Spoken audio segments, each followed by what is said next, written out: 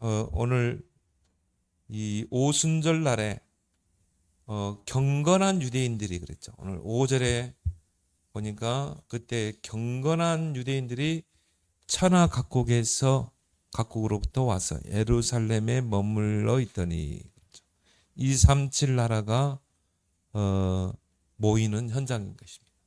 그래서 하나님이 이 237 이 언약을 붙잡을 때 이런 역사가 일어나게 되죠.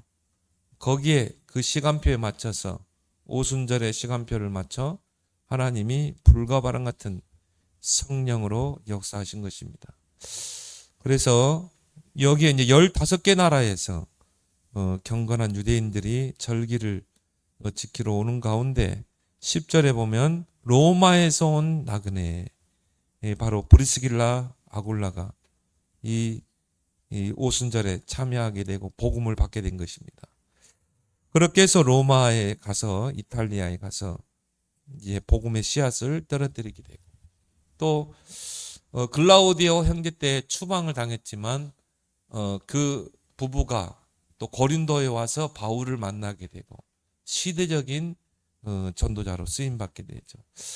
그래서 우리가 이제 붙잡아야 될 언약이 뭐냐? 이제는 응답 25거든요. 응답 25는 뭡니까? 하나님의 나라가 임하는 거잖아요. 오늘 오순절 날에 이 불과 바람 같은 성령이 이 마가다락방에 임하게 되잖아요. 그럼 우리가 237의 언약을 붙잡을 때 이런 역사가 일어날 줄 믿습니다. 응답 25, 하나님의 시간표가 움직인다 이 말이에요. 그래서 우리는 가든지 가지 않든지 237의 언약을 내 평생의 언약으로 붙잡아야 돼요. 그리고 또 우리 교회의 237 언약을 붙잡아야 돼요.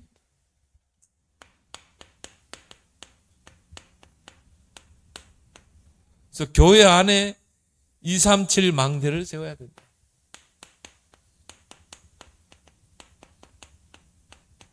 이걸 놓고 우리가 기도하면서 이제 이런 망대를 세워야 되겠죠. 이스라엘이 왜 망했습니까? 결국은 세 가지 뜰이 없어가지고. 그래서 형식적인 성전만 있었지 그 안에 중요한 세 가지 뜰, 그 뜰이 없었던 것입니다. 그래서 예수님이 막 화가 나가지고 그 중요한 이방인들이 와서 예배드리는 그 뜰, 또 정말 이 아이들이 와서 렘넌트들이 와서 복음을 받고 서밋으로 세워지는 그 중요한 장소에서 유대인들은 뭐 했어요? 짐승 팔고 거래하고 그러거든요. 예수님이 막 화가 나서 막 채찍으로 이 짐승들을 다 쫓았잖아요. 폭군이 되셨죠. 왜? 세 가지 뜰을 놓쳤기 때문에. 그래서 유대인들은 철저하게 노예, 포로, 속국이 되고 유랑민족이 된 것입니다. 그렇다면 정말 우리 교회가 붙잡을 언약이 237 치유 서밋. 그 속에서 뭡니까? 237 언약을 여러분이 붙잡아야 될 줄 믿습니다. 나의 237을 찾아야 되고요. 또 우리 교회의 237의 그 망대를 우리가 세워야 돼요. 그래서 237은 하나님의 시대적인 언약입니다.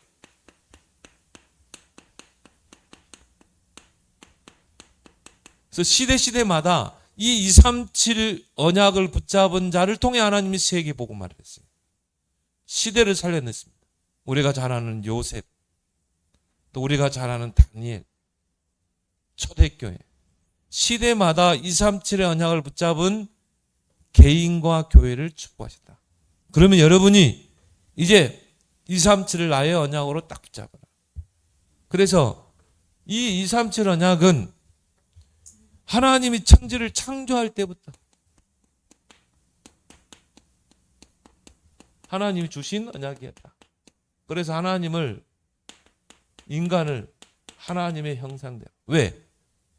사람만이 237을 복음화를 할 수 있거든요. 저 온숭이가 할 수 있겠습니까? 아니죠. 그래서 우리 인간만 하나님의 형상으로 창조했다. 그래서 하나님의 형상으로 지음받은 여러분이 바로 237을 살릴 수 있는 거예요. 237의 축복을 누릴 수 있는 것입니다. 그리고 하나님이 창세기 1장 28절에 생육하라, 번성하라, 충만하라, 정복하라, 다스리라. 복음으로 정복하고 다스리라. 이 축복을 처음부터 줬다니까. 237의 이 축복과 어떤 미션이죠. 하나님이 인간에게 주신 미션이라. 그리고 하나님이 주신 첫 번째 약속이 뭡니까? 237이거든요. 그래서 아브라함을 하나님이 부르셨죠. 창세기 12장에 보니까 아브라함에게 찾아오셔서 너는 본토 친척 아비 집을 떠나 내가 네게 지시할 땅으로 가라. 그러면서 축복도 다 줬어요. 너는 복의 근원이 될지라. 너는 복이라. 그러면서 뭐라고 했습니까? 너로 말미암아 열방이 복을 얻게 할 것이다. 237. 너는 237 살릴 수 있는 바로 복의 근원이다. 근데 갈라디아에서 보면요, 그렇게 나왔어요. 우리도 아브라함이 붙잡은 그 언약을 붙잡으면 우리도 똑같은 축복이 우리에게 임하는 줄 믿습니다. 아브라함의 언약이 나의 언약이다. 아브라함이 붙잡은 언약을 굳게 붙잡을 때 아브라함이 받은 그 축복을 우리가 똑같이 받게 되지. 그래서 내가 너를 축복하며 번성케 하고 번성케 하리라. 그래서 언약적, 근원적, 대표적, 기념비적, 불강력적인 축복.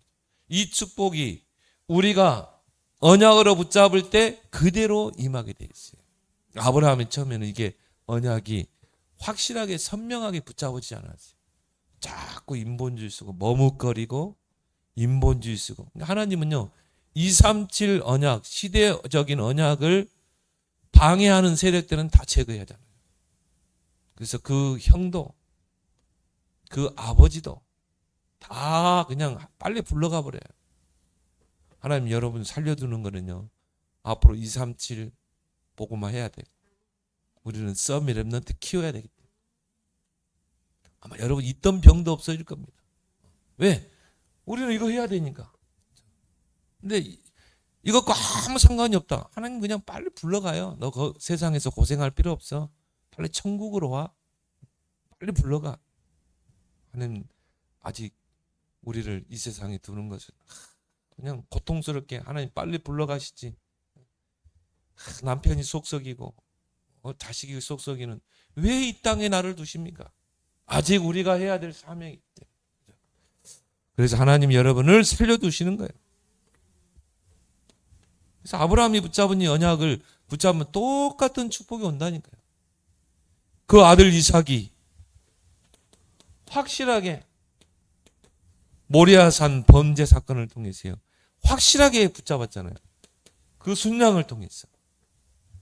그때도 아브라함에게 주신 축복이 뭡니까? 네 씨로 말미암아 천하 만민이 복을 얻게 합시다. 이제 이 237의 언약이 아브라함 당대뿐이 아니라 그 후손을 통해 이루어진다. 그래서 이삭은요, 창세기 26장에 보니까 한 해 농사를 지으면 100년의 축복을 받았어요. 그래야 237을 살리잖아요. 그리고 뭡니까? 셈 근원의 축복. 블레셋 사람들이 인정할 만큼 르호봇 경제의 축복을 주신 거예요. 여러분 한 사람이 이 시대적인 언약 하나를 붙잡았는데 이 축복이 누구에게? 이삭에게, 야곱에게. 야곱이 그 외삼촌의 집에서 나왔을 때 거부가 됐다고 그랬거든요. 왜? 그래야 237을 살리죠. 여러분이 직장에서 월급 그거 받아가지고 무슨 237을 살리겠어요? 정말 하나님 100년의 축복을 받아야 진짜 237을 살리잖아요. 이삭이 라반의 집에 나올 때 거부가 돼서 나옵니다. 아예 요셉을 서밋으로 세워버리잖아요. 왜? 237을 살리는 길이 뭡니까? 강대국으로 가게 하는 거. 왕 앞에 서게 하는 거. 그러니까 왕이 인정했잖아요. 이와 같이 하나님의 영에 감동된 자를 어떻게 됐습니까? 그래서 애굽의 총리, 최강대국 애굽의 총리로 세워버리잖아요. 그래서 요셉은 복음 총리, 또 애굽 총리, 또 세계 총리야. 왜요? 요셉 앞에 다 와야 되거든요. 237이 요셉 앞에 와야 돼요. 그걸 보고 플랫폼이라 한다. 우리가 망대를 세우면 237의 망대를 세우면 여기에 누가 섭니까? 파수꾼이 서게 되죠. 그 망대에서 파수꾼의 축복을 감당하게 되면 세 가지 축복. 플랫폼, 파수망대, 안테나의 축복. 요셉은 이걸 다 받았어요. 이 축복은. 이것을 여러분이 이제 도전해야 되고 우리 후대가 도전해야 될 줄 믿습니다. 마지막 약속 237.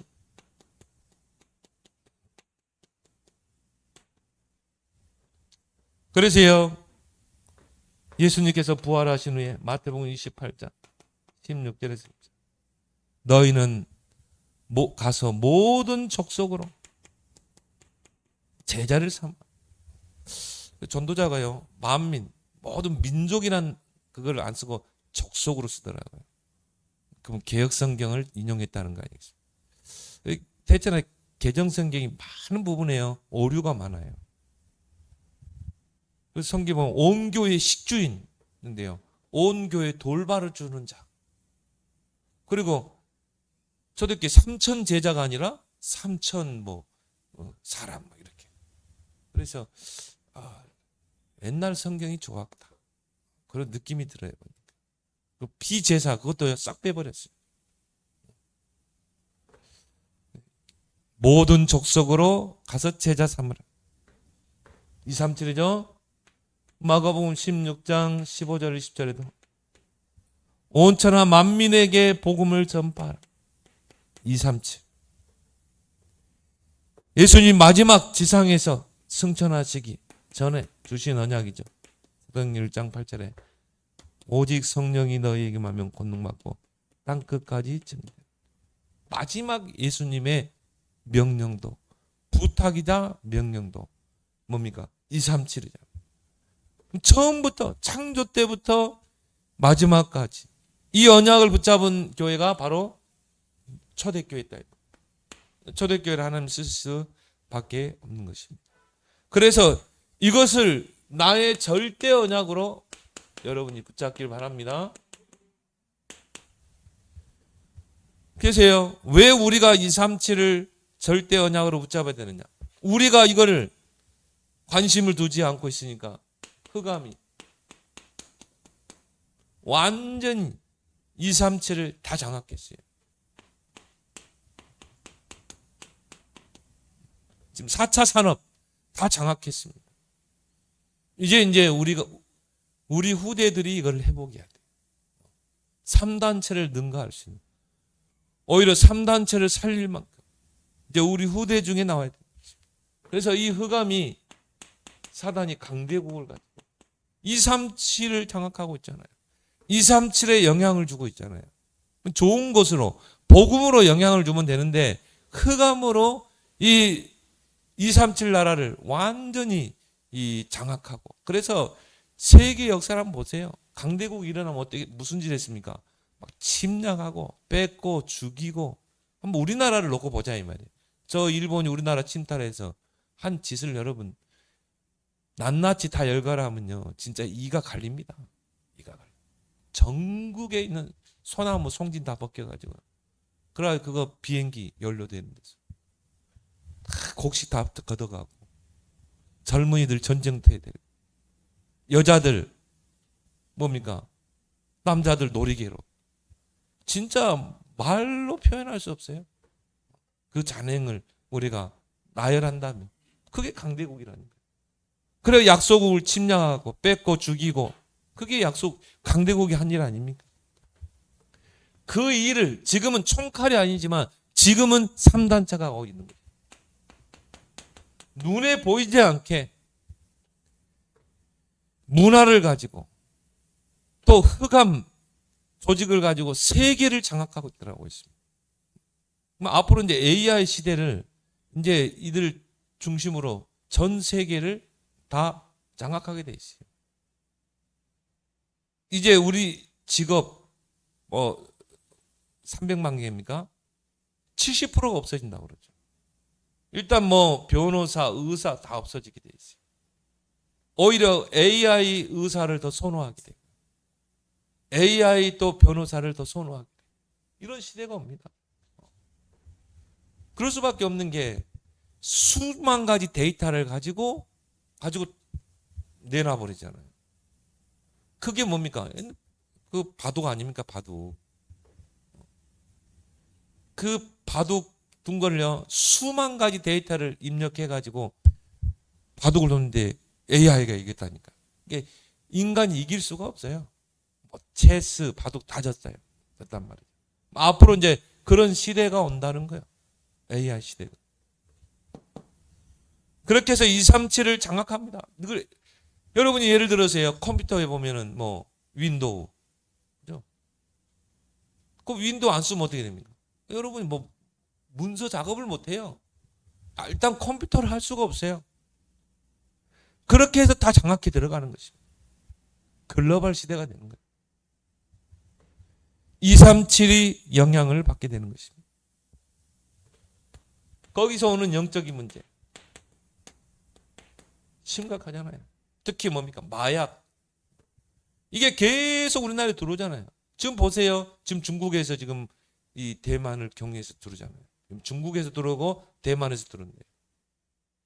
뭐 이상한 가루 같은 거. 그거 열어보고 이제 중독 증세가 나타나고. 뭐 그런 시대입니다. 이런 영적 문제가 이제 시대적으로, 그러면 이제 그 중독되면요, 그 찾게 돼 있어요. 이제 이 마약을 그렇게 퍼뜨리는 것입니다. 그러니까 이런 이 강대국을 통해서 3단체를 통해서 이런 영적 문제가 시대를 뒤덮게 되고, 제일 이제 우리가 이걸 막아야 되는 게 우리 후대들이 거기에 오염돼 가는 것입니다. 우리도 모르게. 그래서 우리가 이 렘넌트 운동에 사활을 걸어야 되는 것입니다. 이거는요, 흑암과의 영적인 전쟁입니다. 우리 아이들을 사단은 뺏겠죠. 세상 문화로, 창세기 3장, 11장 문화로 막 뺏을 겁니다. 우리는 어떻게 해야 돼요? 하나님의 언약을 부지런히 각인시켜야 되는 것입니다. 그래서 이런 훈련도 보내고 막 이런 율동도 하게 하고, 이런 막 응원가도 하게 하고, 그럼 애들이 막 응원가 부르면서 율동하면서 뭔가 각인되거든요. 하나님의 것이 각인되거든요. 영적 전쟁을 해야 됩니다. 그래서 이제 우리는 237의 그릇을 키워야 된다. 또 우리 후대들이요, 237의 그릇이 되도록 준비시켜야 돼요. 나의 학업이 237과 연결되도록, 나의 기능이 237과 연결되도록. 나의 237 찾아내야 된다. 나의 237이 뭔가? 그걸 놓고 분석하고, 나의 237을 놓고 분석하고, 또 연구하고, 거기에 관한 자료도 준비하고,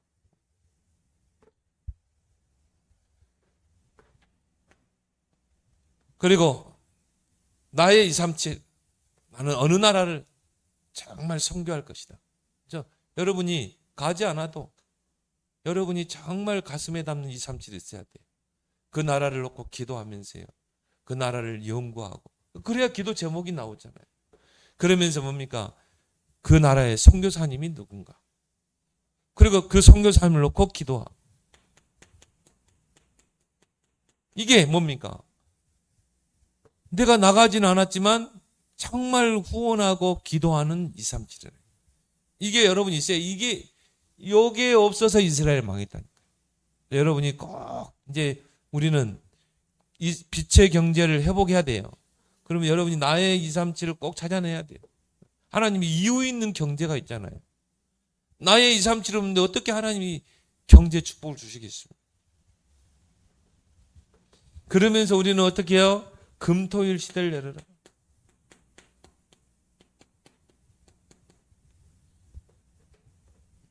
그래서 금토일 시대, 어제도 이야기했죠. 금토일 시대 키는 뭐냐? 포럼이다. 받은 말씀을 서로 포럼할 수 있어야 돼요.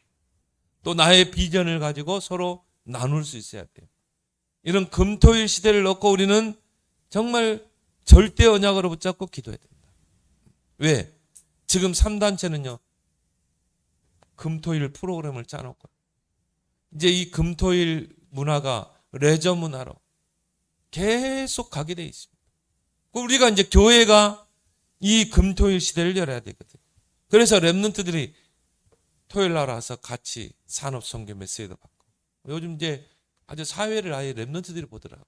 렘넌트 중심으로 산업 선교, 렘넌트 전도학, 핵심 모든 걸 하겠다는 것입니다. 그럼 렘넌트들이 같이 모여서 같이, 아마 이제 강북에 아마 그런 메인타운이 생긴 것 같아요. 토요일 날에는요, 렘넌트들 같이 모여서 거기에서 메시지 받고 같이 포럼하고, 거기에 이제 또 중요한 인턴십의 기회도 주고, 거기 이제 모든 걸, 강북 RUTC를 놓고 우리가 빨리 기도해야 되는 거예요.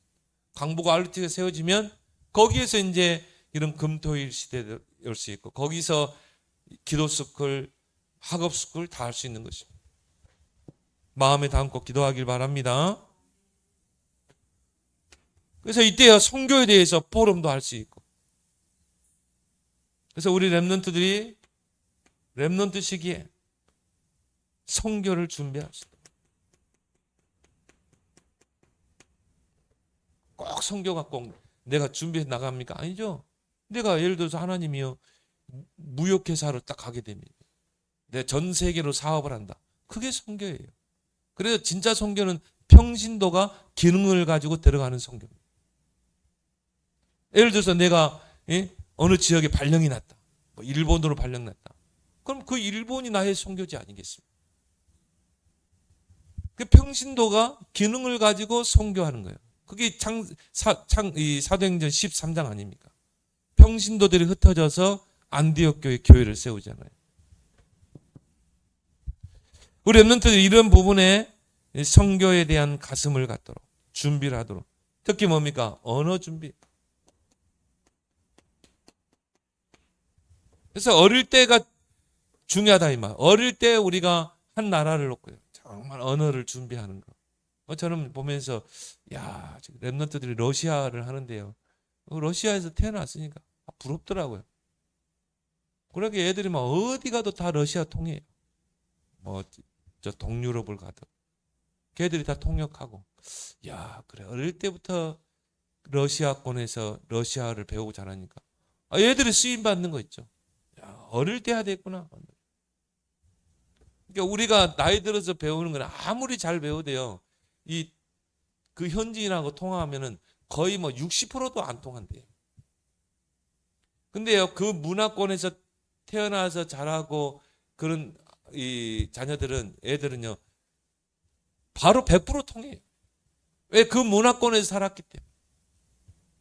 그래서 우리 렘넌트들이 철저하게 언어를 준비하도록 해야 합니다. 그리고요, 우리 렘넌트들은 방학 때 되면 한 번씩 해외도 한번 가요.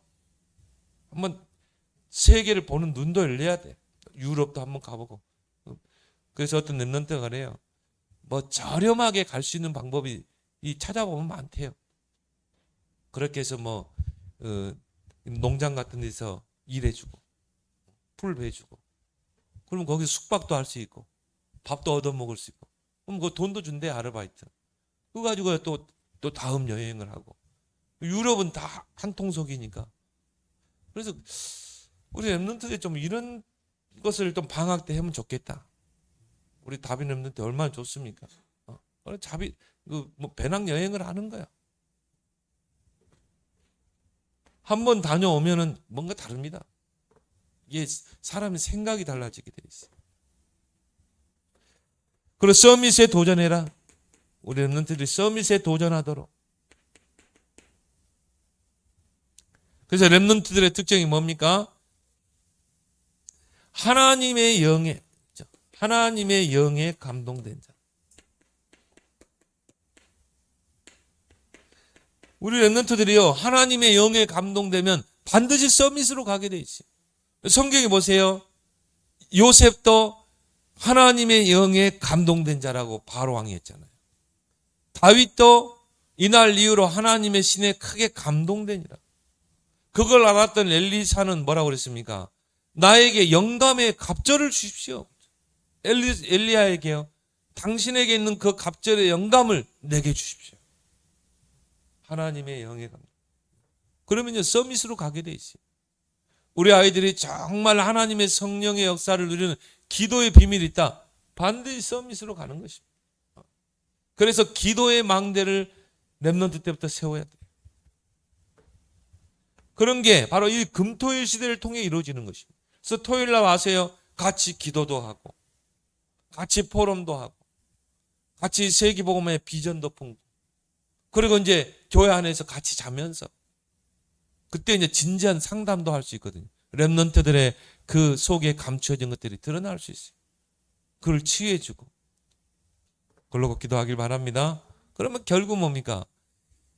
세 가지 뜰이 있는 언약성전이 나오잖아요. 이방인들이 오늘 수입밖에 없는 이방인의 뜰이 있는 언약성전. 그래서 외국에 있는 이방인, 이 다민족들이 와가지고 뭡니까? 정말 그 이방인의 뜰에 와가지고 거기서 숙식하면서, 또 선교사님들이 국내에 들어왔을 때 잠시 국내에 머물 장소가 없어요. 참 그래서요, 우리 집이 크면은 내가 우리 집에라도 좀 모시고 싶은데 그런 생각이 들더라고요. 뭐 교회 안에 이런 미션홈이 있으면 거기에 선교사님 들어와서 거기서 쉬었다 가도록, 어디 갈 데가 없다니까요. 선교사님, 야, 교회가 빨리 이렇게 돼야 되겠구나. 정말 교회 와서 사람들이 쉼을 얻고 치유받아야 되잖아요.